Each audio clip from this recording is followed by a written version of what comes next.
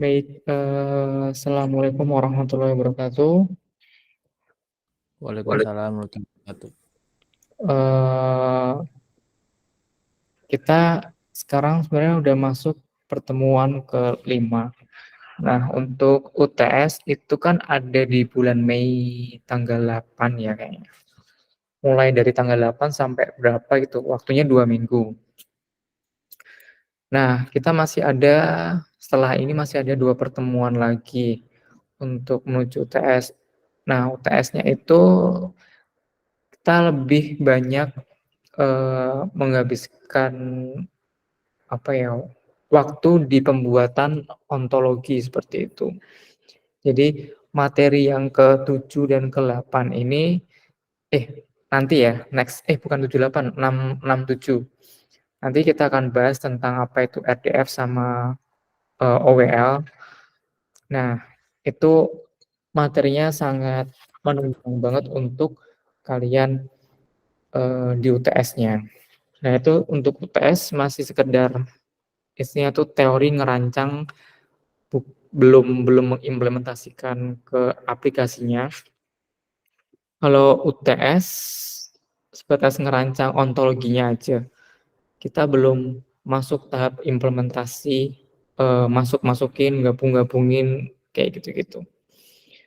Nah, untuk UTS rencananya saya pakai studi kasus ya. Nanti saya ini kayak karena cuma berenam aja ya.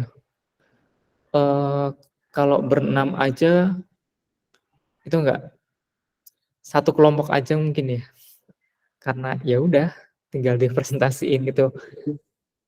Satu kelompok aja, case-nya itu nanti saya tentuin. Jadi kalau yang lainnya itu ada banyak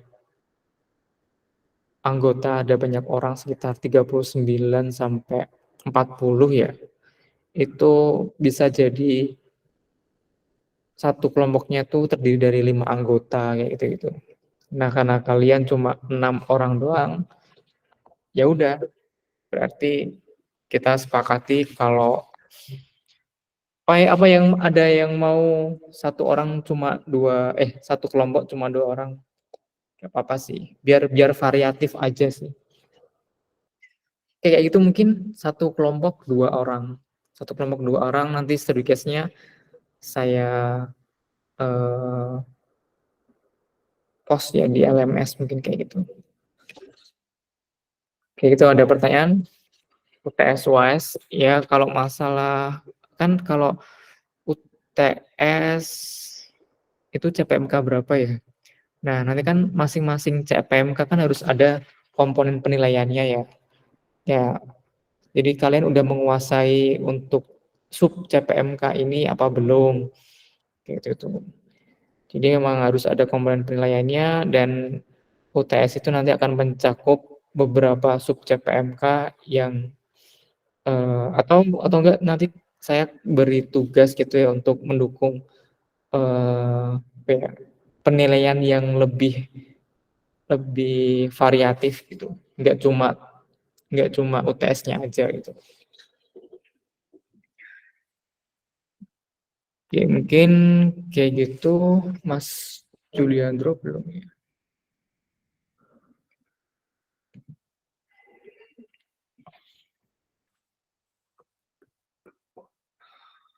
Untuk materi hari ini kita akan membahas, kalau kemarin kita udah mengetahui ini apa itu dokumen XML, terus apa XML skema kayak gitu kan ya, sama link link data.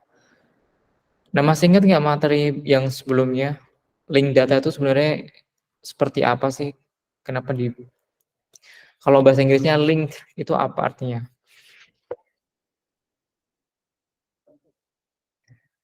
Link apa? Materi sebelumnya tentang link data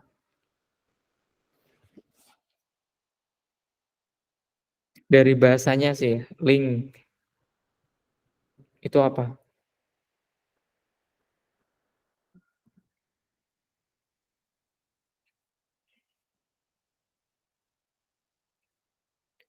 Akbar, Iya Pak. apa link data? Link Eh, art- agak lupa Pak. Eh, bahasanya aja sih, link link. integrasi data gitu ya Pak, saling berhubungan. Kayak Ya, relationship, apa namanya? PRD gitu. Entitas relation. ya datanya akan saling terhubung gitu antar beberapa resource gitu. Contohnya yang kemarin saya di ada kan YouTube saya buat video itu tentang link data, salah satu saya menyontohkan itu Niaga Hoster. Nah itu gimana tuh skemanya? Gimana Rehan? Untuk apa? Kok bisa skemanya yang saya jelasin pas niaga artikel tentang Niaga Hoster itu hubungannya sama link data tuh apa? Cara kerjanya gimana? Kenapa kok bisa disebut link data? Eh, punya suara saya jelas ya Pak? Kedengeran nggak? Ya, kedengeran. Oh iya. Dari yang saya ketahui aja ya Pak. Hmm. Link data itu kayak penghubung sih Pak antara data sama itu tadi platformnya Pak gitu Pak. Ya, yang Niaga Hoster itu yang gimana? Artikel tentang Niaga Hoster. Misal mau tahu cara kerja hosting, itu kita masuk ke websitenya Niaga Hoster, ada tuh artikel tentang cara kerja hosting, terus hubungannya sama link data tuh gimana?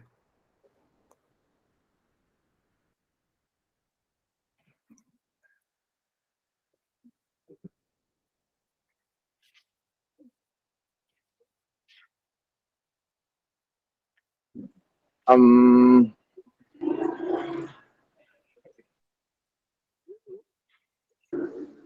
uh, Hubungannya kayak penghubung aja mungkin Pak, link gitu.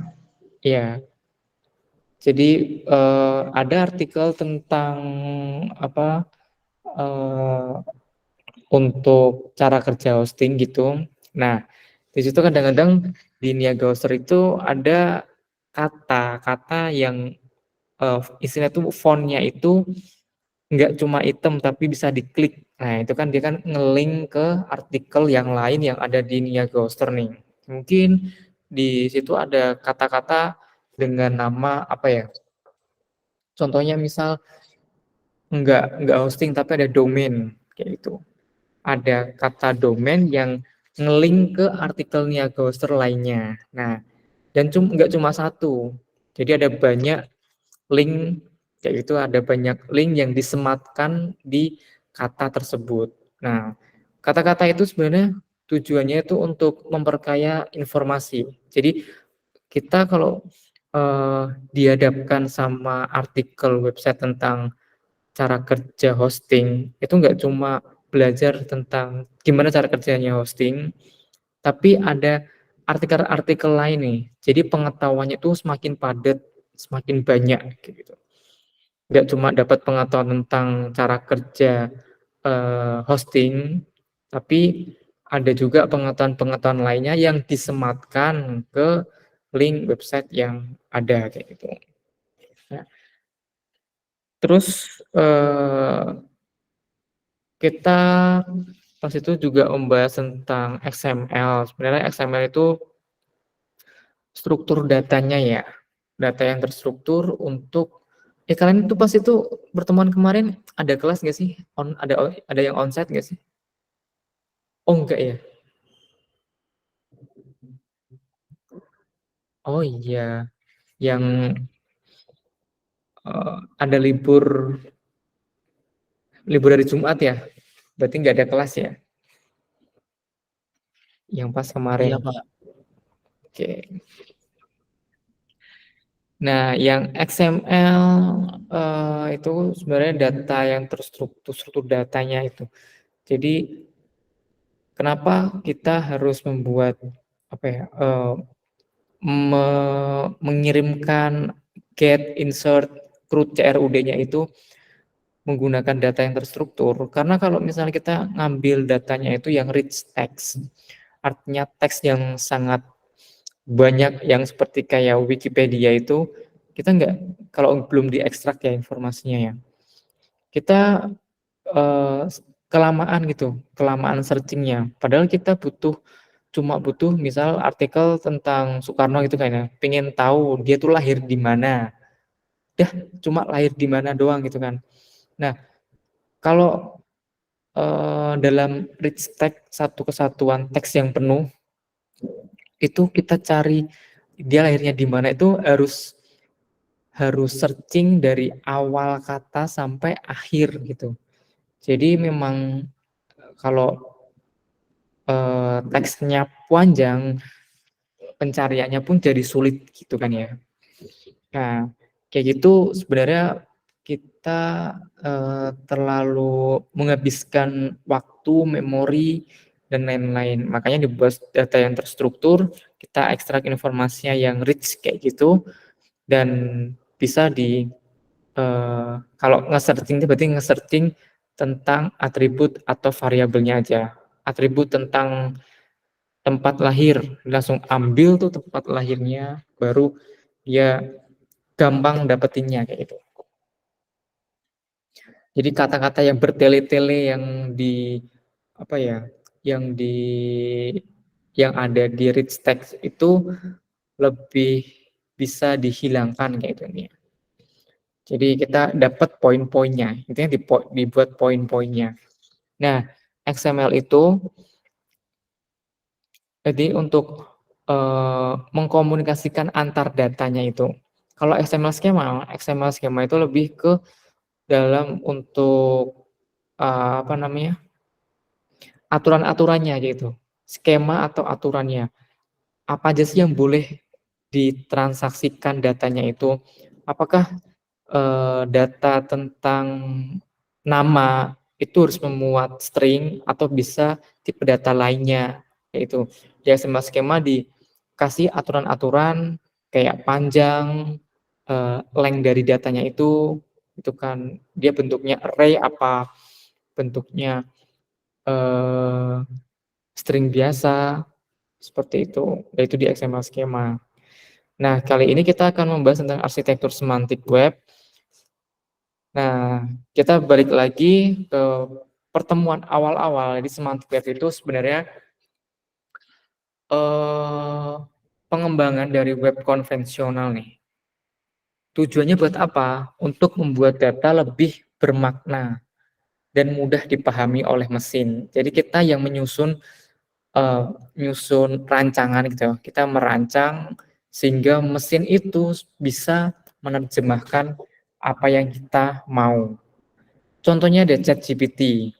Nah, ChatGPT itu jadi kalau misalnya dia nggak cerdas, kalian inputin query search-nya itu yang cuma apa ya, yang membingungkan gitu, yang punya banyak makna, punya banyak arti, kan bahasa kan luas ya. Oke, setiap bahasa itu punya ciri khasnya sendiri-sendiri kayak gitu.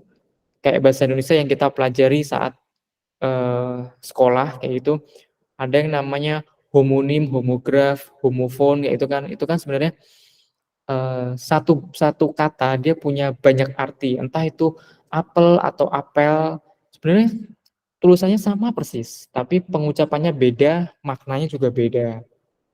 Terus kayak habis apel tuh apa ya misalnya? Bisa ular sama bisa itu kan juga beda. Pengucapannya pun sama-sama bilangnya bisa, tapi maknanya kan beda. Nah, sedangkan mesin dia nggak punya pengetahuan yang lebih tentang itu, kayak gitu. Jadi kita kalau misalnya komunikasi sama orang, ya udah kita bisa paham maknanya. Oh, yang dimaksud tuh bisanya tuh bisa ini, bukan bisa yang racun kayak gitu. Kita bisa Kita bisa memaknainya itu kalau punya pengetahuan-pengetahuan secara full, secara lengkap, susunan kalimatnya, kayak gitu. Jangan dipisah-pisah, jangan menerjemahkannya itu jangan levelnya per kata. Jadi kayak kan di bahasa Inggris pun juga sama kan, sebenarnya ada bahasa Inggris yang di bahasa Indonesiain dia punya banyak arti kayak gitu. Nah, dia mau pakai arti yang mana? Nah, itu kan bergantung sama konteks yang kita pakai. Satu kalimatnya itu dia ngarahnya tuh kemana.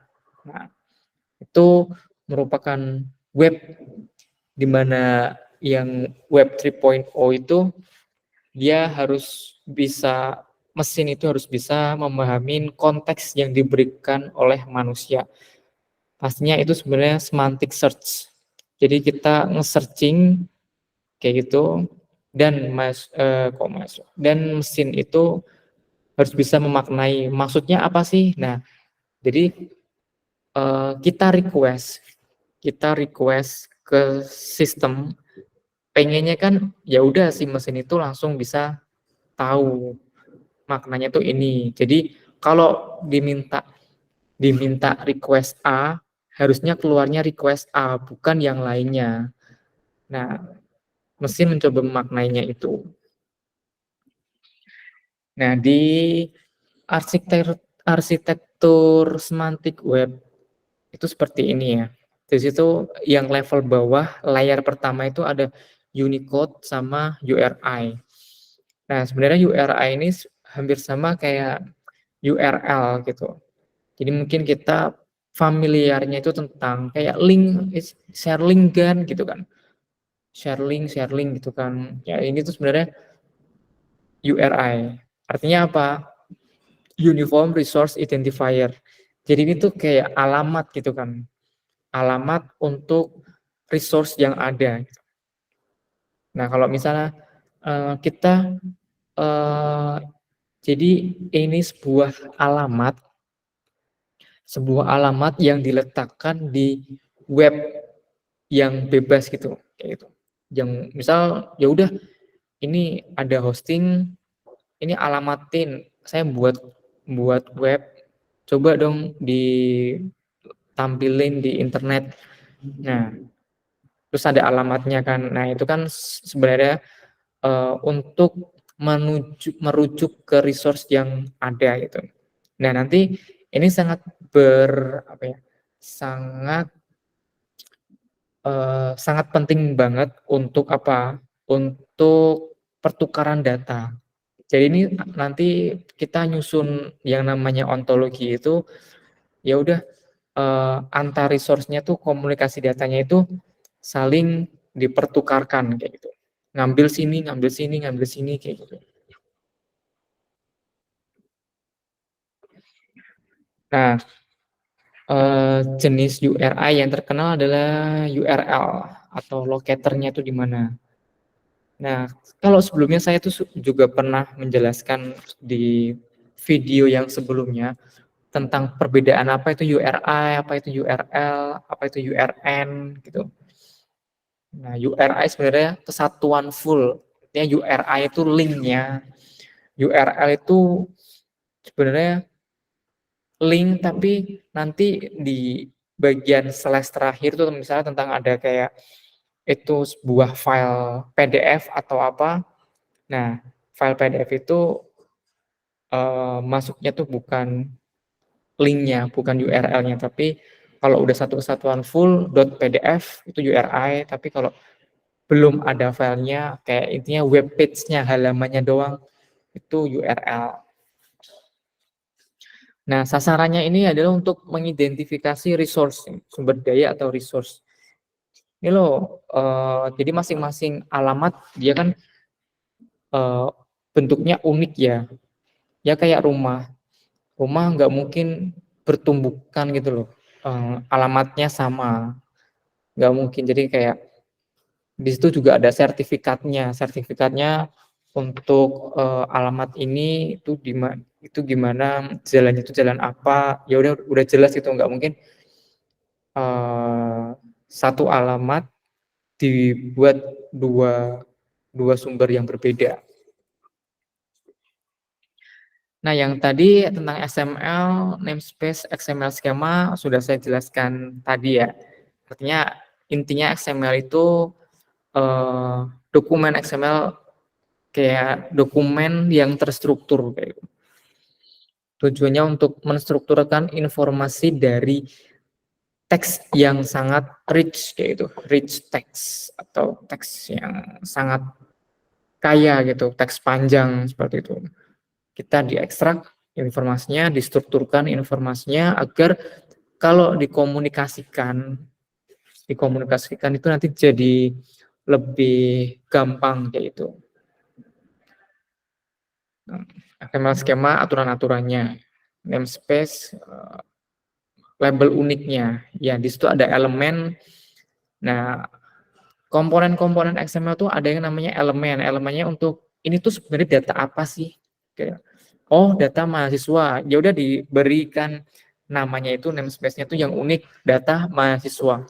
Jangan sampai data itu enggak unik, yang artinya bisa duplikat dan bingung kita ngambilnya itu data yang mana. Kalau datanya sama, it's okay. Kalau datanya beda antar data satu dan data kedua, kalau misalnya namanya sama tapi isinya beda, ini kan sebuah anomali gitu, rancu seperti itu.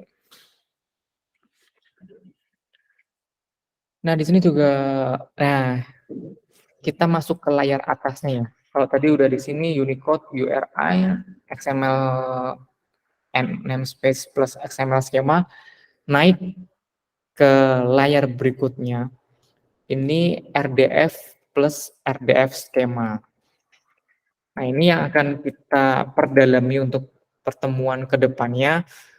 RDF itu sendiri suatu format data yang digunakan untuk menggambarkan informasi tentang resource yang ada di web. RDF ini lebih erat kaitannya sama dengan kamus vocabulary gitu. Kenapa? Karena kita akan mendefinisikan kayak level perkatanya itu di RDF. Ini loh, setiap pengertiannya itu kayak gini. Intinya seperti itu RDF. Kamus-kamusnya ada di RDF. Nah, contoh RDF terdiri dari 3 bagian. Di situ ada subjek, predikat, objek. Nah, subjeknya apa? Jadi arti kayak kan kamus kan ya, masing-masing entitasnya tuh dijelasin kayak gitu. Nah, nanti ada yang namanya hubungan. Kan udah ada subjek, predikat, objek. Nah, ini tuh hubungannya tuh kayak gimana? Nah, kita hubung-hubungkan nanti akan membentuk suatu yang namanya ontologi. Kayak kita gempa, Bro.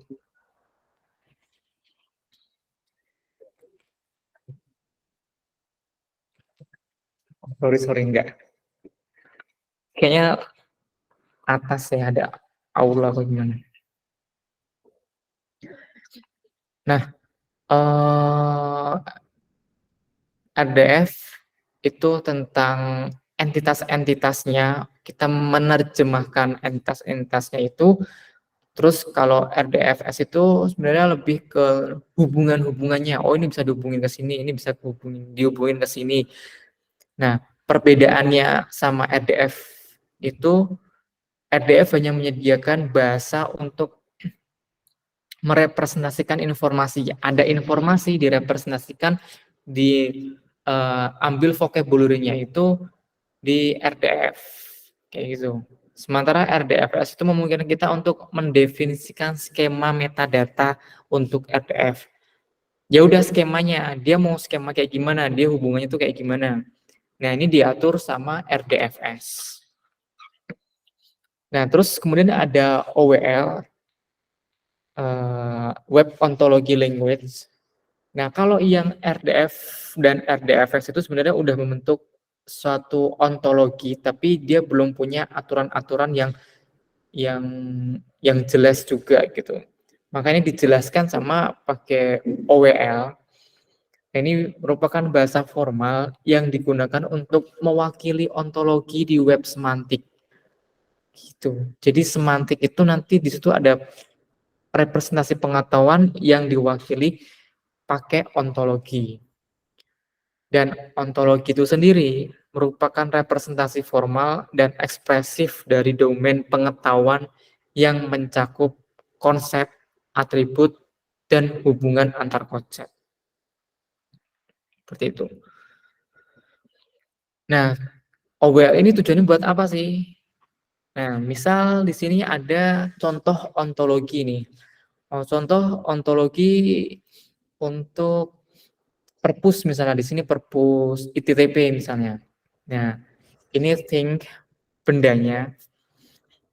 Nah, ini ada apa aja? Di situ ada entitas apa aja, ada bookcase, artinya di situ misalnya ada rak-raknya, rak-raknya itu disimpannya di mana.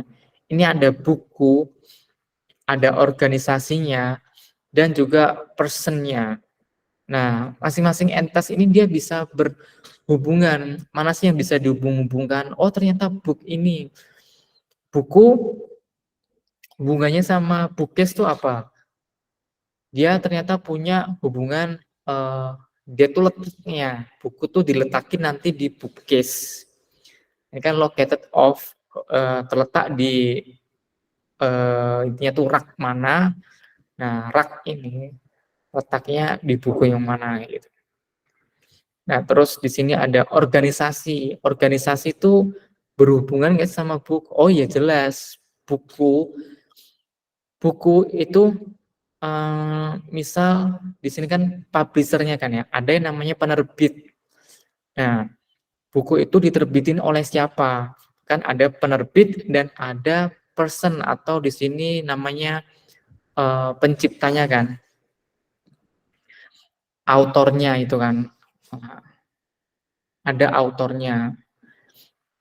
Nah, kayak book di sini ternyata created by, dibuat oleh person.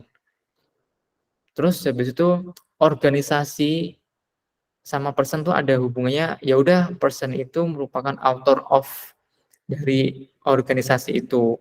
Dan sebenarnya di OWL ini dijelaskan juga relasi antar entitasnya itu gimana, many to many kah, many to one to many, one to one.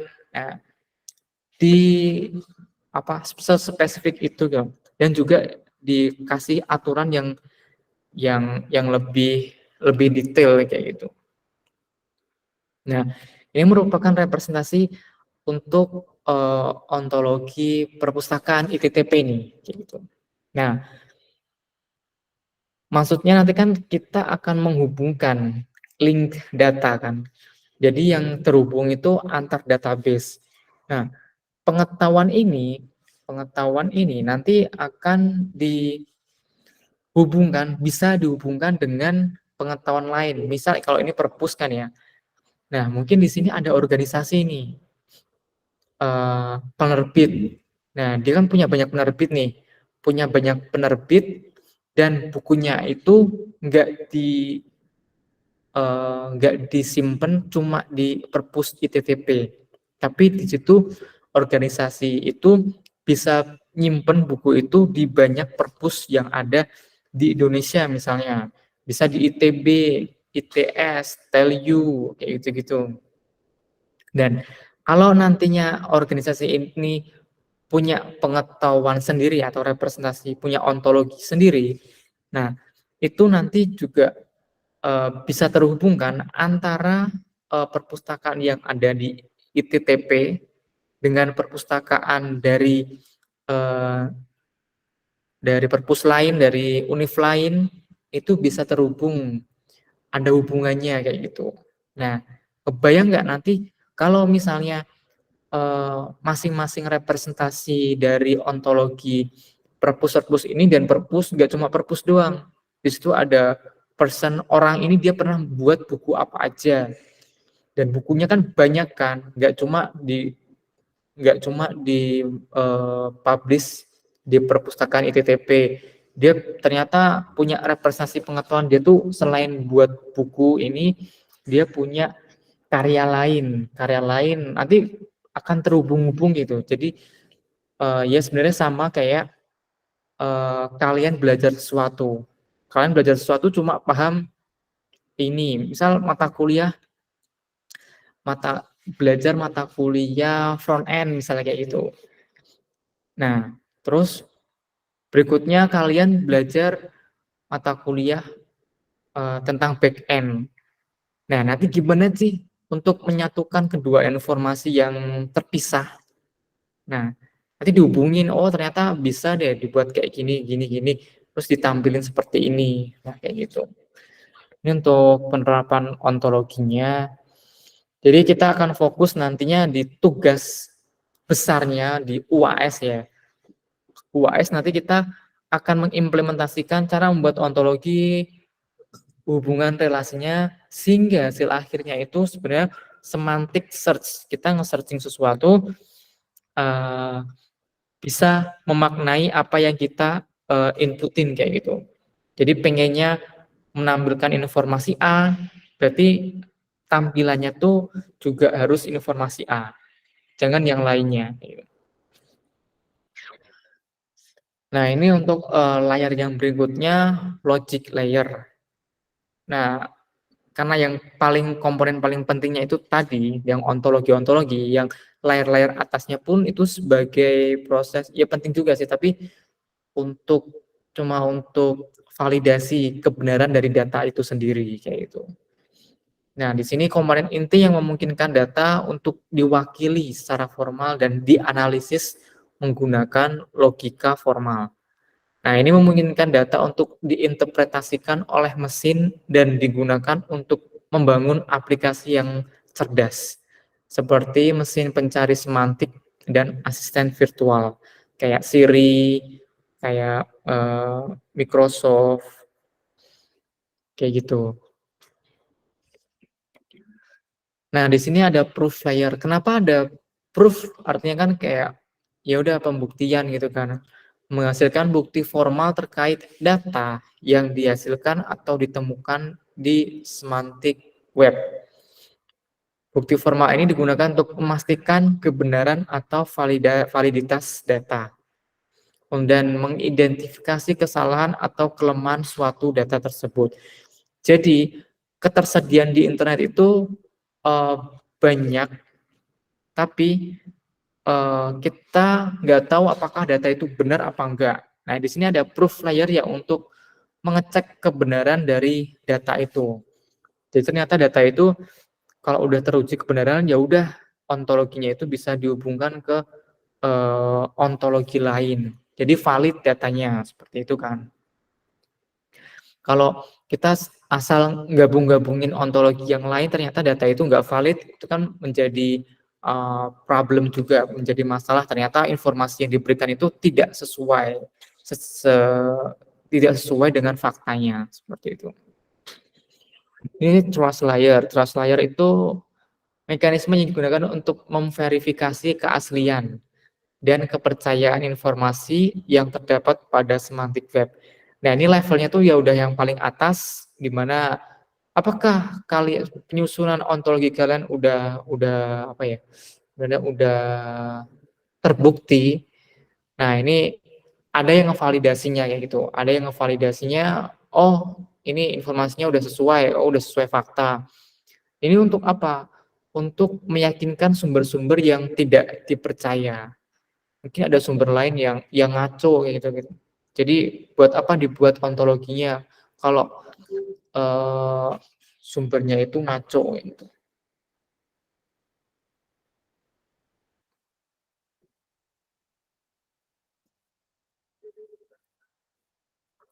Nah, terus di sini ada digital signature, yaitu merupakan apa ya, signing. Oh, ini sebenarnya udah valid, kayak gitu, udah bisa ditransmisikan atau diintegrasikan ke ontologi lain. Kalau udah valid, kayak di situ ada tandanya gitu. Oh, ini udah valid. Ya udah, ada hubungannya nggak sih sama ontologi kalian? Oh, ada nih, ya udah dihubungin kayak gitu. Kalau enggak, ya jangan dihubungin. Nah, nanti kita akan juga kita membuat ontologi dan kita akan menghubungkan antar entitasnya. Itu kita menggunakan, kalau di database kan pakai SQL gitu kan ya. Ada query SQL yang dipanggil. Ya, SQL itu sintaksnya. Jadi aku mau ngambil data di tabel ini dong, tapi yang harganya itu di atas sekian ribu. Ya udah, itu kan ada query-query yang dipanggil. Nah, kalau di semantic web ini nanti pakainya Sparkle, SPARQL gitu, SparkQL.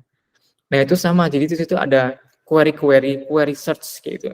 Nge-searching dari ontologi yang kita buat dan hubungan-hubungannya itu kayak gimana. Nanti akan dijelaskan untuk pertemuan berikutnya gitu. Dan juga praktek untuk setelah UTS. Kayak gitu. Nah, keuntungan dari semantic web memungkinkan integrasi dari data yang lebih baik. Gitu. Jadi memang integrasinya itu kalau memang udah terlalu kompleks itu susah untuk mengintegrasikan, karena kita harus melewati proses validasi dari kebenaran data yang kita mau sambungkan kayak gitu-gitu. Jadi kalau misalnya udah terhubung, udah terhubung kayak gitu, lebih mudah kayak gitu, lebih mudah memahami dan lebih untuk mendapatkan informasi yang lebih dari pengetahuan itu, jadi lebih banyak pengetahuannya seperti itu. Terus memungkinkan pencarian informasi yang lebih efektif gitu. Jadi ya udah, kalau mintanya A, keluarnya harus A. Jadi nggak usah bertele-tele mau tanya apa, dia harus kemana dulu, itu kurang efektif, nggak bisa langsung tertuju ke apa yang dia inginin. Gitu. Meningkatkan integrasi antara aplikasi dan sistem. Udah pasti karena memang saling terhubung seperti itu kan ya. Nah, kesimpulannya sebenarnya kita nanti akan lebih menekankannya ada di RDF, OWL, dan Sparkle ini untuk membuat jadi output akhir dari semantic web ini nanti akan ada rancangan seperti database kayak gitu. Nah, kita akan nge-search sesuai query yang kita inginin, munculnya pun sesuai yang kita inginin kayak itu. Nah, nanti di pertemuan terakhir kita sepakati gimana sih kita mau menampilkan informasi, kan lebih ke back end ya. Nanti tugas besarnya kesepakatan aja sih, mau sama front end-nya apa enggak. Jadi front end-nya ya kalian ngambil template dari web lain kayak gitu. Yang penting tuh utamanya tuh bisa terhubung, dan semantic search-nya, nge-searching-nya itu bisa memunculkan informasi yang benar-benar diharapin oleh si user seperti itu. Oke, sudah untuk slide ini ya. Nah, ini saya sebenarnya punya beberapa macam tools ya.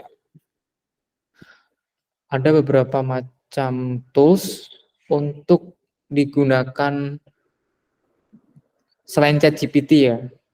Nah,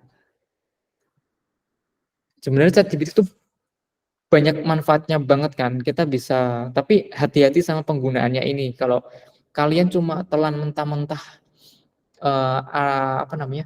hasil query search yang ada di sini, kalian copy paste langsung.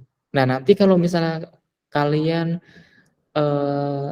submit misalnya di jurnal atau apa, itu kan akan timbul, wah ternyata ini ngambilnya dari ChatGPT. Nah, itu bahayanya di situ. Kayak ada artikel yang persis mirip plek dengan punyamu misalnya seperti itu. Nah, kalau udah ngambil dari sini harusnya kalian tulis ulang atau parafrase. Harus diparafrase, cari kata-kata yang penting aja. Ada tools parafrase juga sih. Tinggal cari aja paraphrase.ai. Nah,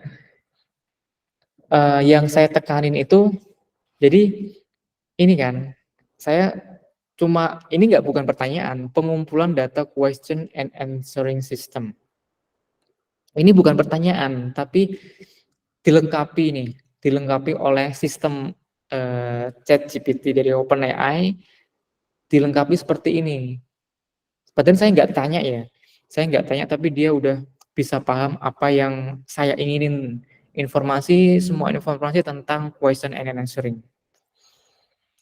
Nah, hebatnya lagi itu ini ada nih super meme. Misal saya ingin membuat meme gitu, mungkin iseng gitu kan, wah iseng sama dosen nggak pernah masuk kelas tapi seringnya memberi tugas terus gitu kan. Saya tulis kayak gini dengan bahasa Indonesia. Bahasa Indonesia kan ini kan ya. Nah, nanti ketika di-generate, ini akan memunculkan beberapa template meme. Ini kan ada beberapa template yang tulisannya bahasa Inggris nih. Bayangin di sini nggak ada memasukkan query tentang bahasa Indonesia sama sekali. Dia ditranslate dulu ke bahasa Inggris langsung nih. Me trying to decipher my professor's instruction in a language I don't understand. Nah, when the absent teacher keeps giving out assignment like they have never left for a vacation. Kayak gitu intinya. Bahasa Indonesia yang saya searching itu dia mesin bisa memahami maksudnya dan diterjemahkan ke dalam bahasa Inggris, dan kata-katanya pun ngegenerate kata-kata bahasa Inggrisnya itu bisa bervariasi gitu loh. Nah, ini hebatnya AI, bisa mengetahui maknanya. Jadi kayak gitu bayangannya semantik mesin bisa mengetahui kok sampai konteksnya. Jadi bukan cuma levelnya per kata, dosen tidak pernah, tapi udah dalam satu kesatuan kalimat kayak itu. When your teacher never show up to class but bombards you with homework assignment. Ya, dia nggak pernah masuk, tapi nggak pernah berhenti juga ngasih tugas. When the absent teacher keeps assigning tasks non-stop and you are about to lose your goal. Kayak gini-gini. Jadi memang sudah sangat maju banget ya perkembangannya. Ada banyak lagi sebenarnya kayak Kanda, ini juga untuk perhitungan-perhitungan matematika kayak gitu. Ini solusinya apa sih ya gitu. Cuma nginputin soalnya udah bisa dikerjakan sama AI-nya ini. AI Math Learning. Ini enggak TripAdvisor. Nah, ini juga ada nih yang namanya presentasi. Kita buat mana ya? Nah, saya nge-create what would you like to do? Create presentation about apa misalnya tentang pengen buat presentasi tentang ada yang seperti pas itu ya. Hendrian ya kayaknya tentang ekspor impor gitu kan ya. Tentang ekspor impor.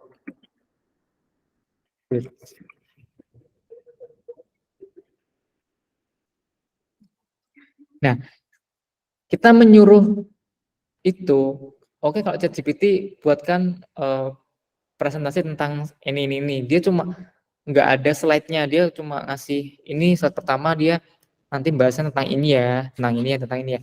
Nah, ini udah ada desainnya juga kayak gitu. Udah ada desainnya, Jadi udah ya sangat maju banget gitu loh. Nah ini udah judulnya, terus ada introduction-nya, benefit dari exporting goods-nya, challenges, benefit lagi. Nah, sama. Benefit, benefit. Ini benefit dari ekspor, ini benefit buat import. Oke, itu udah sangat maju banget di sini. Di sini ada konklusinya juga nih. Nah, kita nggak cuma nyuruh doang, AI-nya udah dibuatin slide presentasinya kayak gitu. Bisa kita set temanya, bisa ganti warnanya apa. Ada beberapa, ya kalau nggak suka sama warnanya, ya udah yang penting kan intinya dari teksnya itu sendiri itu gimana. Kayak gitu. Ada pertanyaan? Ada banyak sih di sini. Jasper.ai. Jasper.ai ini buat ada Synthesia. Jadi Synthesia.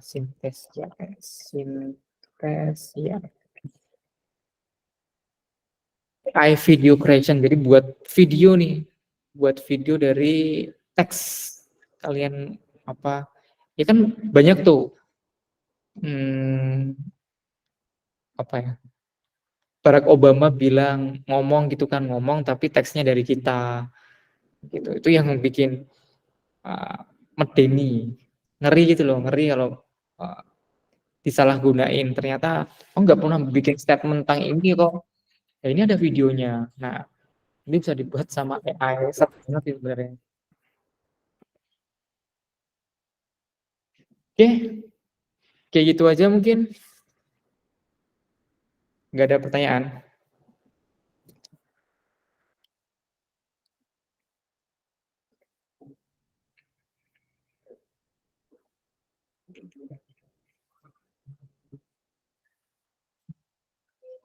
Leandro udah masuk ya?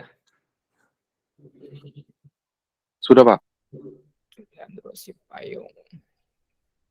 Oke.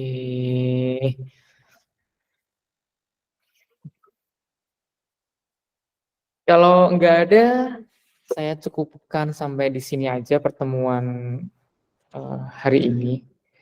Semoga ilmu yang diberikan bermanfaat bagi kalian gitu. Oke, wassalamualaikum warahmatullahi wabarakatuh. Saya recordnya. Terima kasih Pak. Waalaikumsalam Yuk. warahmatullahi wabarakatuh. Ya, Terima kasih, Pak. yuk semangat. Terima kasih, Pak.